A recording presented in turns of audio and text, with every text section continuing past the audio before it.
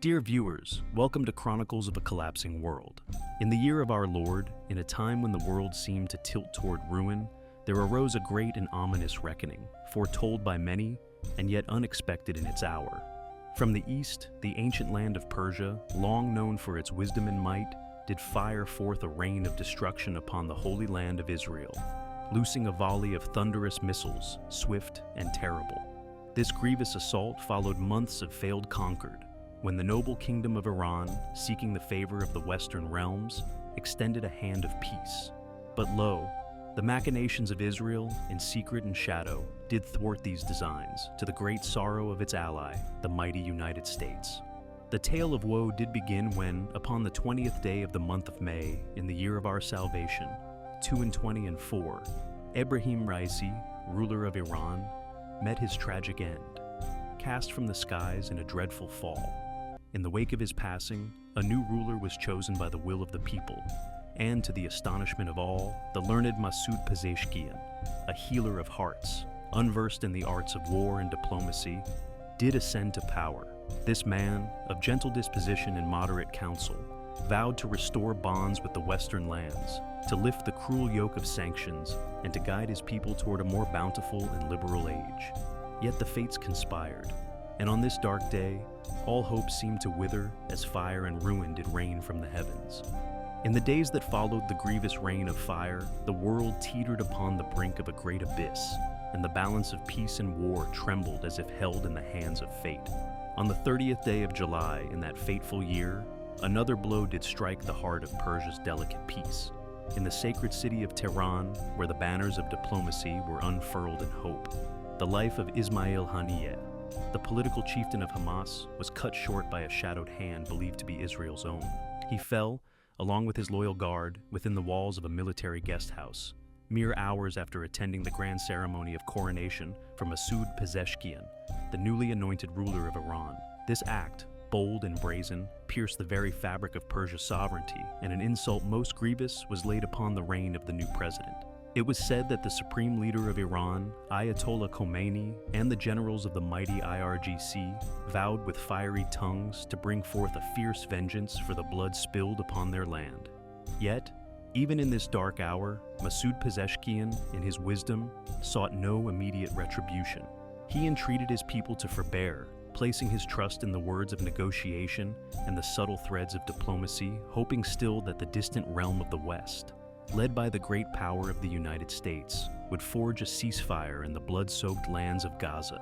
For many days and nights did Pezeshkian hold to his path of moderation, choosing peace even in the shadow of war. In September's waning light, he stood before the Great Council of Nations at the United Nations, his heart heavy yet steadfast. He spoke with clarity and grace, extending once more the hand of peace towards the Western kingdoms, seeking to temper the fires of conflict that threatened to consume his nation. He offered, in exchange for understanding, a renewal of accords over Iran's knowledge of the stars and the fires that forged them, its feared mastery over the power of the atom. But even as Pezeshkian spoke, the winds of war whispered louder, and the pillars of the world seemed to sway. The peace he sought was fragile, for the hands of destiny had already begun their work, and the fates, it seemed, were not yet finished with their cruel weaving. And so the world held its breath, awaiting the next turn of the wheel, uncertain whether peace would bloom or whether the world would be cast once more into a storm of ruin and despair.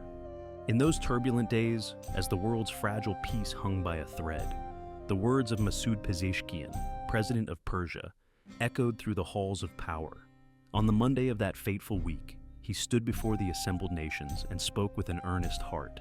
His voice carried through the tongues of translators, declaring Persia's willingness to seek a new accord over the knowledge of the atom, the very subject that had brought the kingdoms of the world to the brink of disaster.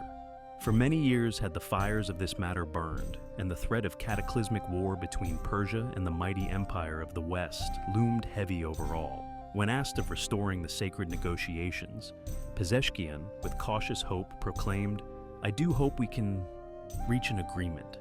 His words, though sincere, were weighed down by the burden of history, for it was known to all that Persia had honored its oaths in the Great Covenant, even as the mighty United States had strayed from the path of peace. Many sages and wise men among the lands agreed with Persia's claim, though whispers of doubt still lingered like shadows in dark corners, questioning whether Persia had held true to every word of the accord. Yet, Pezeshkian's hopes for peace were tied to another flame, the long-awaited ceasefire in the war-torn lands of Gaza, where strife and bloodshed seemed eternal. The emissaries of the West spoke often of peace in the Middle East, but always did it seem to lie just beyond the horizon, a week away, they said, as though it were a distant mirage. Within the borders of Persia, however, Pezeshkian's tempered approach met with deep suspicion. The hearts of his people were divided, for the grand designs of peace did not sit well with all. The mistrust ran deep, especially within the chambers of power, where the supreme ruler of Persia, Ayatollah Ali Khamenei, stood as the final arbiter of all that transpired.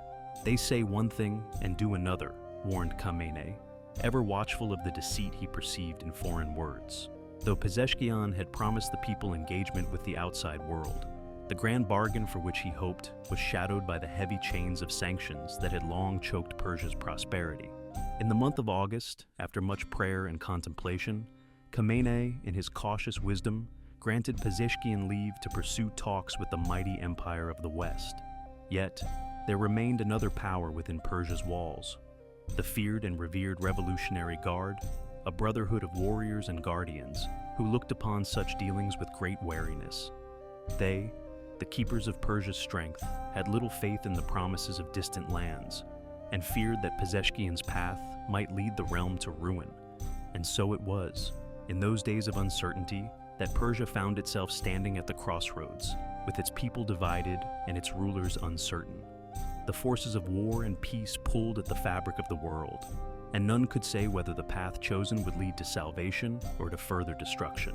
Thus, the days grew darker, and the world, already trembling, seemed poised to collapse under the weight of its own fate.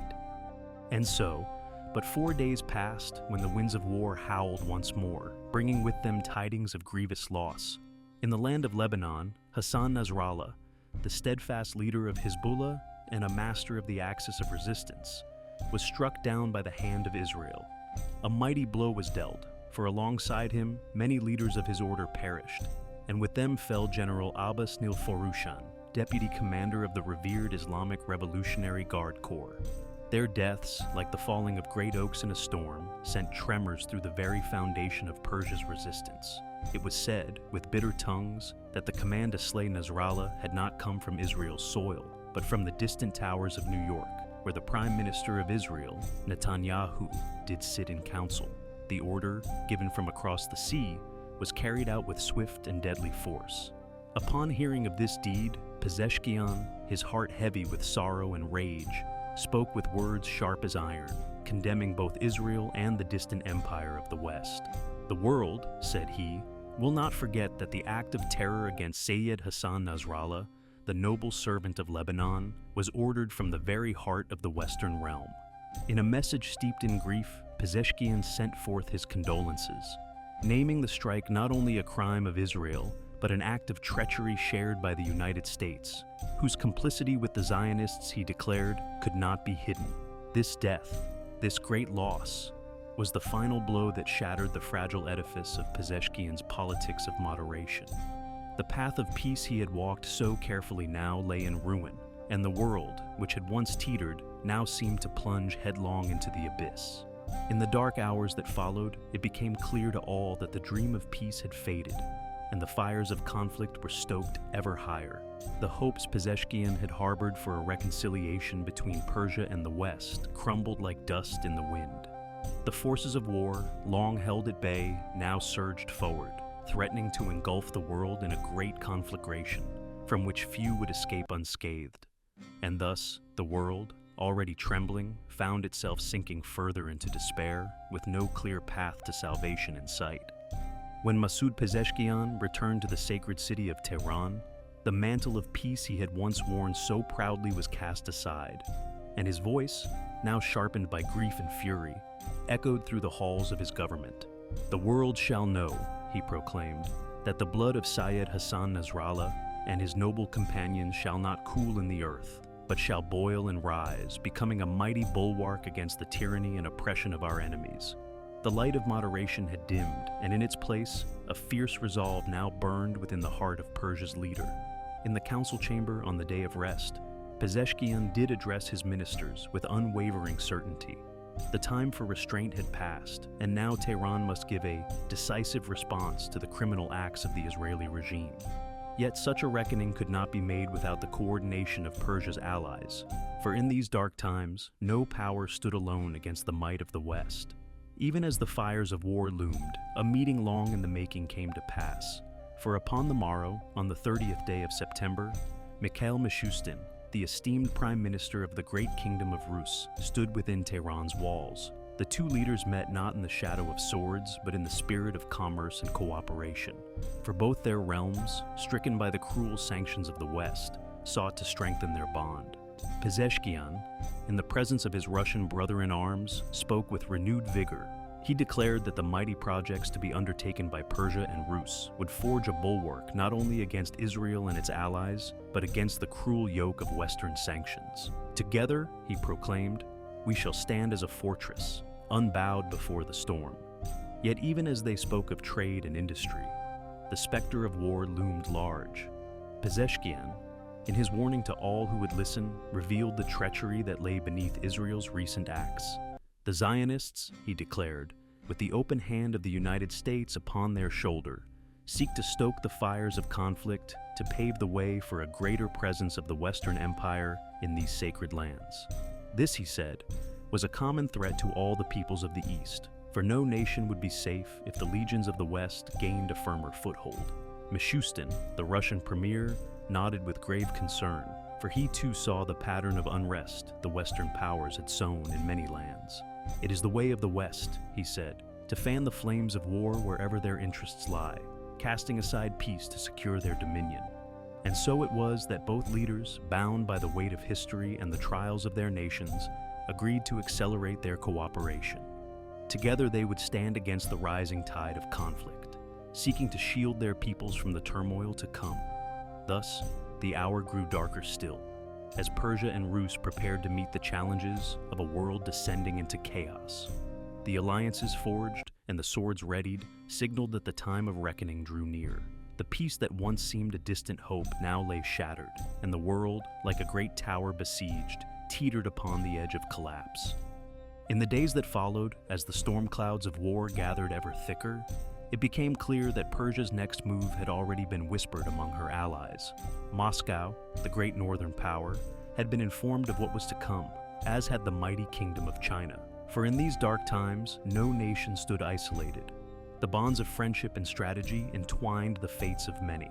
President Masoud Pezeshkian, in his message to the exalted Xi Jinping, ruler of the Middle Kingdom, spoke of the unshakable ties between their peoples. Our ancient friendship, he wrote, has deepened into a bond that is stable and strategic, rooted in trust and shared purpose. His words, penned in honor of the 75th year of the People's Republic of China, carried a heavy weight, for they were more than mere celebration. They were the herald of a new chapter in the great alliance of the East. And so, but hours after the Russian Premier Mishustin had taken his leave, the world was shaken by the fury of Persia unleashed. The warriors of the Revolutionary Guard, whose hearts burned with the fire of vengeance, took to their posts, and with a mighty hand, they loosed a rain of destruction upon the land of Israel. A volley of some 250 missiles streaked across the sky like falling stars, their terrible light blotting out the heavens. The Chief of Staff of Persia's armed forces spoke with grim pride. Among our targets were Israel's 3 great air bases, the dark heart of Mossad's lair, the radar sites that watch over the land, and the places where their iron beasts of war gather near Gaza, the very ones that have wrought genocide upon our brethren. With this strike, the fragile peace that had lingered in the hearts of many was shattered beyond repair. The world stood at the brink of a great and terrible conflict, its fate now in the hands of men whose hearts had been hardened by war. Persia, long restrained by the hopes of its leader, had now cast aside the chains of moderation, and with it came a fury that could not be undone. The alliance of nations, the great powers of the East, now stood united in purpose. Iran, Russia, and China, their bonds strengthened by shared grievances against the West, prepared themselves for the trials that lay ahead. Israel, struck but not yet broken, readied its defenses, and the empire of the West, the United States, would not remain silent for long. Thus, the wheel of fate turned, and the world, like a great tower besieged, seemed ready to fall. The path of destruction had been set, and the days of peace, now a distant memory, faded into the shadows. The time of reckoning had come, and the collapse of the world, once foretold in whispered prophecies, now seemed to unfold before the eyes of all who lived in those dark and uncertain days. In the hour of dire reckoning, when the heavens seemed to fall and the earth shook beneath the fury of war, Israel's mighty defense, the Iron Dome, faltered against the storm of steel and fire. On the first day of October, in the year of our Lord 2004 and 20, the skies above the Holy Land were darkened by the onslaught of over 250 Iranian missiles, loosed with deadly precision. Many of these fiery arrows, swift as the wrath of God, evaded Israel's famed defenses and found their mark upon the cities and strongholds of the land. The destruction was great, and the wails of the people rose up like smoke from the ruins. In Tel Aviv, near the heart of Mossad's secretive lair, the earth was torn asunder by the blows of Iran's missiles, and the proud towers of the intelligence citadel were laid low, reduced to rubble and ash. To the south, the coast of Ashkelon was ablaze, as a gas platform, struck by the might of Persia's hand, was engulfed in a great inferno, its flames reaching toward the heavens. Across the land, the sword of Persia struck with precision, and even the most guarded sanctuaries of Israel could not escape its reach. The Nevatim Air Base, home to the fabled F-35 squadrons of the Israeli Air Force, was said to have been utterly destroyed. What had once been a symbol of Israel's strength and mastery of the skies now lay in ruin, its might undone in a single terrible hour. The missiles rained down upon it, leaving the land scorched and broken, and the world trembled at the thought of what would come next. The people of Israel, stricken by fear and loss, looked to their leaders for answers, but the path before them was fraught with peril. Elijah J. Magnier, the chronicler of these dark times, foretold that this strike was but the beginning. He spoke of the growing specter of war, of how each blow would be answered by another, and the cycle of vengeance would spiral ever onward, drawing the nations of the world into its grasp. And so, the time of peace had come to an end, and the fires of war, stoked by years of grievance and distrust, now burned brighter than ever before. The retaliation would come, and with it, more blood would be spilled, for neither side could yield without losing all. As the smoke rose from the ruins of Tel Aviv, Ashkelon, and Nevatim, the world stood at the precipice of a great and terrible war, one that could sweep across the lands and engulf the nations in a conflagration that none could escape. Thus, the collapse of the world, once feared in prophecy, now seemed certain to unfold.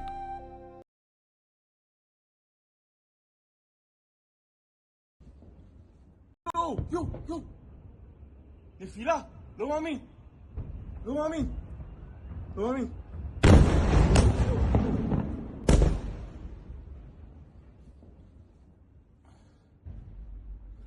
يو! البنيان هاي هرتسلية قليلوت السينما سيتي هاي الاشي فاكع هنا هاي الباص رايح سيارات كله رايح كله الباص فاكع كله قاعد الطريق اتسكرت هنا هاي صاروخ نزل عنا بالشغل هاي البنيان هاي هرتسلية قليلوت السينما سيتي هاي الاشي فاكع هنا هاي الباص رايح سيارات كله رايح كله الباص فاكع كله قاعد الطريق اتسكرت هنا هاي شدور حي الصاروخ طاح عندنا هني في تل ابيب اي صاروخ ارسلية تل ابيب محمود وين عايش محمود يا وردي يا وردي ايه الدولة بتعطيك سيارة جديدة يا رجل واو شدور حي يا ابوي هذي صاروخ شوف الفطاط شوفوا واو هاي الدولة جات تسكر علينا الليلة راحت الباص وسيارتي كيف بدها تطلع؟ سيارتي كيف بدها تطلع قول لي محمود. هاي محمود جاك حسين.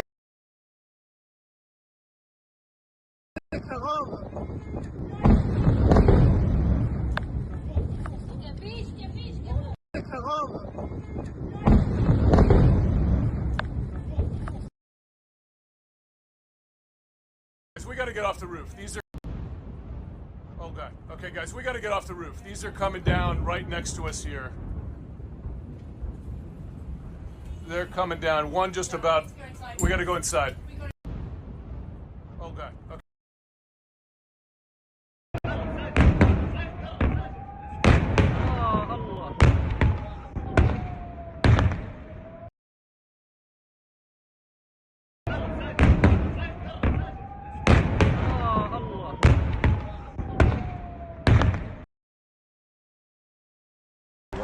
يملي مصر يو يملي يو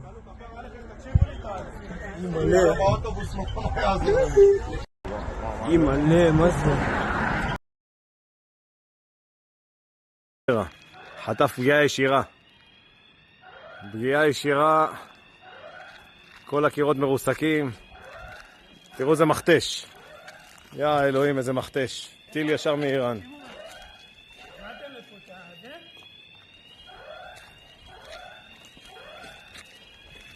איזה מכתש, יורדי, כל הגדר מרוסקת פה. בכפר סבא אני, אצל הקור בחנות, אזעקה, מטר בחוץ, בום נופל הזה. יא אלוהים.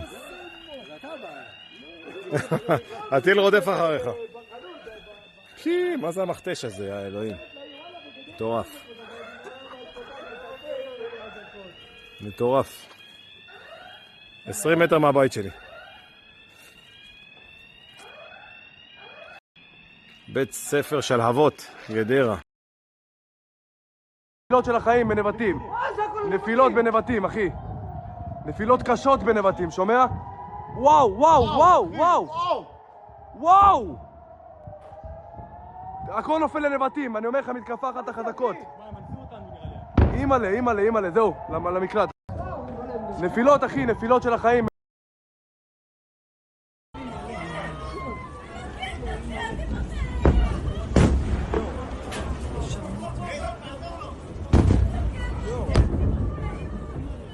אוי ובוי, ראית את זה? כן.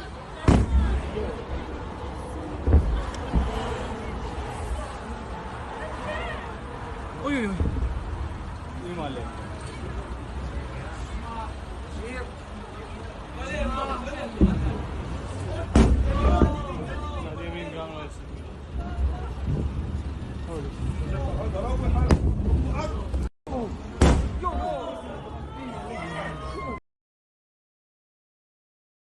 Iranian ballistic missiles, and if you see the size of this crater, that's about 30 feet deep and maybe 50 feet wide. You can see all the debris around here, and to give you a sense of the targets for these strikes, that white building back there about 1,500 feet behind me is the headquarters of the spy agency, the Mossad. This is the impact site for one of those Iranian ballistic missiles, and if you see the size of this crater, that's about 30 feet deep and maybe 50 feet wide.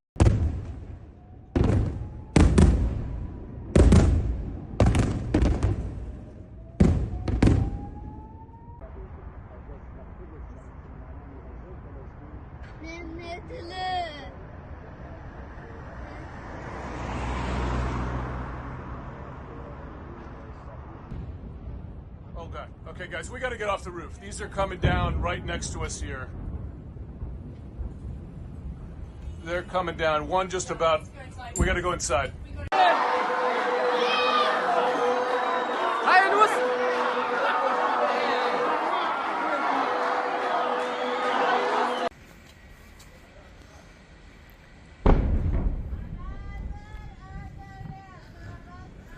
Fuck.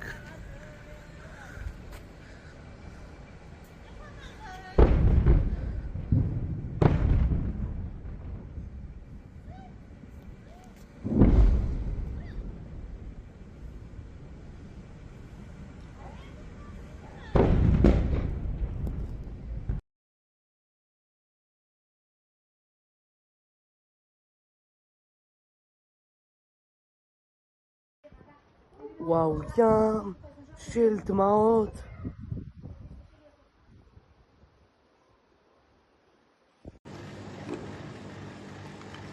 Why, yo! Why?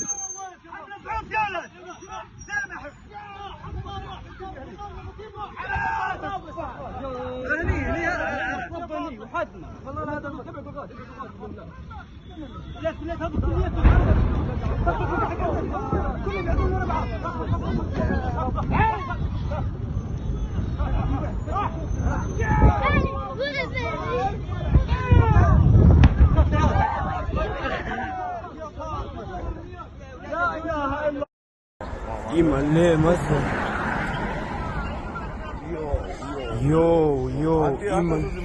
يو يملي يو يملي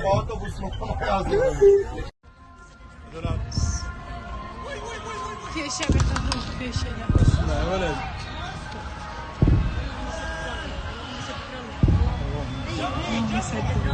جمر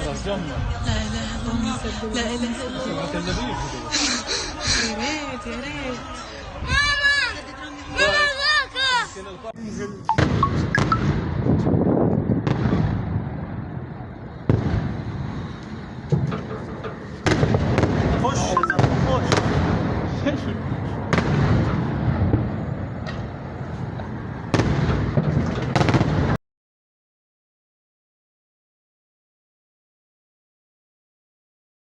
اسمع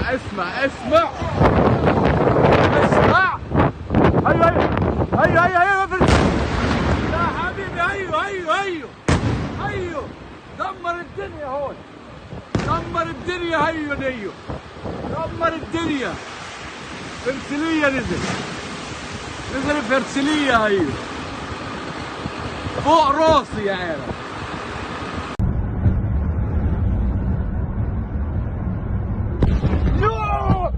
You!